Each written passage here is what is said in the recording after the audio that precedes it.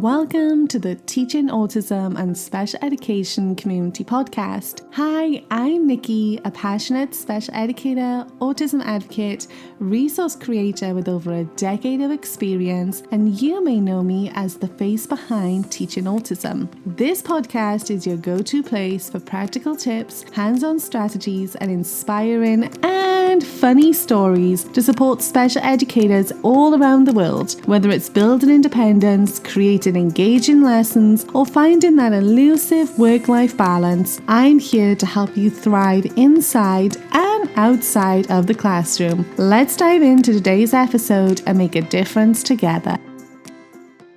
Hey teacher friends, and welcome back to the Teaching Autism and Special Education podcast. Okay, I've got a question for you. Are you currently drowning in glitter? Or do your classroom tables look like a wrapping station exploded?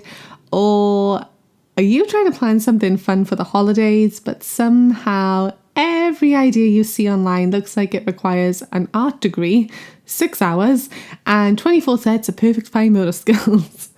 Yep. Been there, and I guess that was more than one question.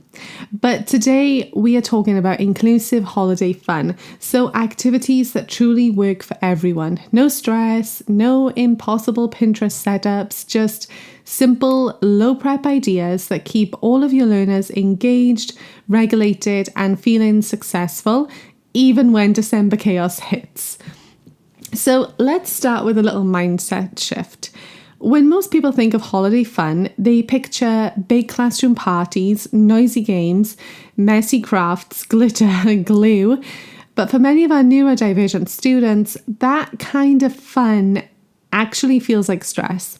They might struggle with loud music and sticky textures and surprise activities and fast transitions. And that's not because they don't enjoy fun. It's just because their version of fun looks a little bit different. So our job isn't to cancel fun, it's to make the fun more accessible. We want activities where every child can participate, feel successful, and experience the joy of the season and not the overwhelm. So, what makes an activity inclusive? Let's break it down. Inclusive holiday activities share 4 key traits. So, number 1, predictable structure. Students know what's happening, what's expected, and how to finish successfully. Number 2, to have multi-sensory options. So there's more than one way to engage, whether it's visually, tactily, or through movement. Number 3, low demand and high success. So everyone feels capable. There's no winner versus loser. There's no perfection needed. And number 4 is a calm energy. You can have fun without the chaos. Think soothing lights, familiar music, and short bursts of activity rather than full-on sensory overload. Now, tip number 1 is to plan predictability into the fun, because before the fun starts, I want you to front load expectations. So if you're doing something different, like a holiday craft or a movie afternoon, I want you to add it to your visual schedule early. Use pictures, timers, and clear transitions. You could even show students a photo of the craft or say, first we finish our morning work, then we'll make our snowman. That little bit of predictability removes so much anxiety and gives everyone time to prepare mentally. And here's a pro tip. Give each activity a clear start and finish. Students should know when it's done. So instead of decorate as long as you want, you can say, we'll decorate for 5 minutes, then glue it on. So that structure and the safety makes it more fun. Tip number 2 is to choose crafts that build confidence and not frustration. So holiday crafts can either be joyful or absolute meltdown fuel, depending on how they're structured. So the best ones are repetitive, visual, and easy to modify for all ability levels. So here are a few of our favorites. Turkey feather kindness craft. So each student adds a kind or unkind feather to a turkey. This is great for social emotional learning and totally errorless. Reindeer name crafts. So students match letters of their name to decorate the antlers. You can pre-cut pieces. You can use Velcro for easy assembly. Number 3 is a snowman matching craft. So students can match colours, shapes, even facial features, and you can differentiate by letting higher level students label parts such as the hat and scarf. Holiday sorted activities. You can sort items into categories. So winter versus summer, kind versus unkind, reindeer versus snowman. These can be errorless as well, so you can separate them all. So students are literally just sorting all different reindeers into a reindeer tub, all different snowmen into a snowman tub, and not against each other. That way it becomes errorless. And also sensory-friendly ornament station. So instead of messy glitter, you can use stickers, foam shapes, textured paper. You can pre-package materials in zip bags, and that way every student gets their own kit. So simple doesn't mean boring, it means accessible. And that leads on to my next tip. Tip number 3, use errorless learning during holiday chaos. And I've previously spoke about this in a previous podcast episode. December is not the time to push new academic content. Instead, you want to keep engagement high, and that is perfect with errorless learning. And those are activities that guarantee success. So for example, matching identical pictures like holiday foods, winter clothes. You could find the same tasks with sorting Christmas items, or sorting snowmen all together and the Santas all together and the elves all together and the Christmas trees all together. Find motor tasks like peeling and sticking and threading and sorting.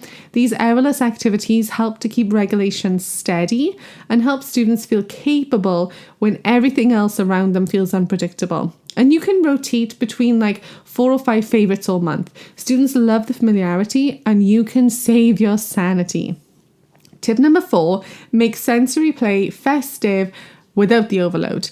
You don't need flashing lights and loud carols singing to make sensory play magical. Here are some classroom tested ideas. So a snow dough station. You can mix cornstarch and conditioner together for some soft, calming snow. And you can also add a drop of peppermint oil for scent if you wanted to and if you're allowed to. Gingerbread sensory bins. We love to use kinetic sand, cookie cutters, and some cinnamon sticks for a really nice cozy smell.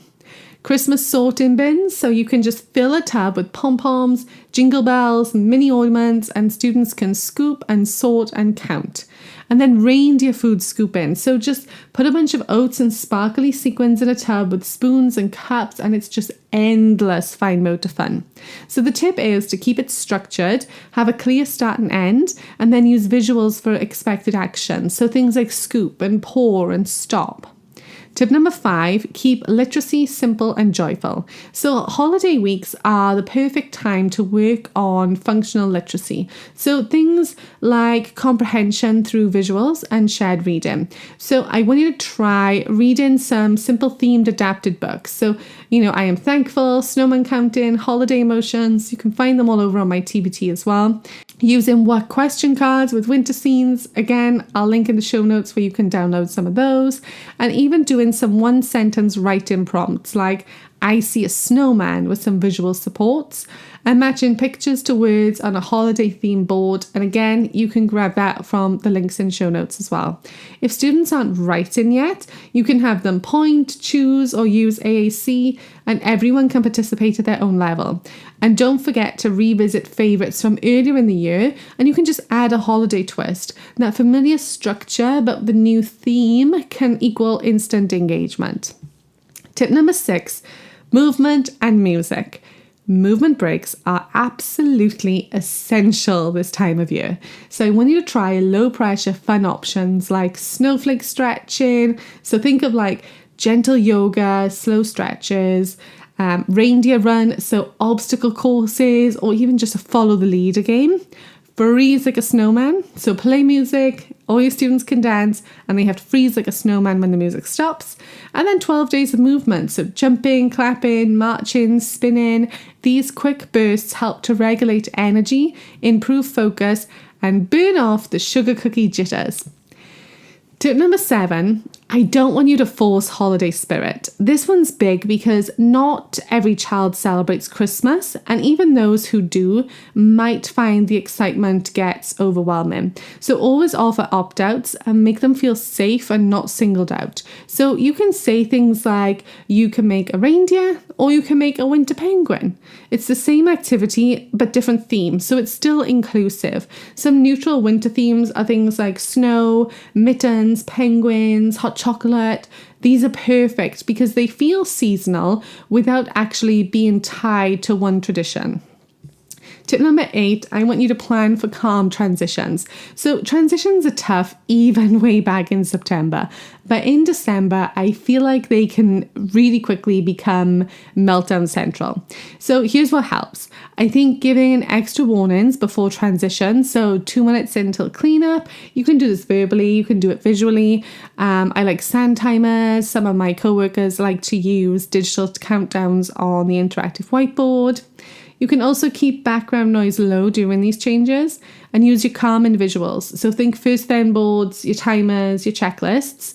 And then I want you to end each activity with something positive. A song, a sticker, a high five, because a consistent rhythm is going to make this holiday chaos feel more manageable for everyone.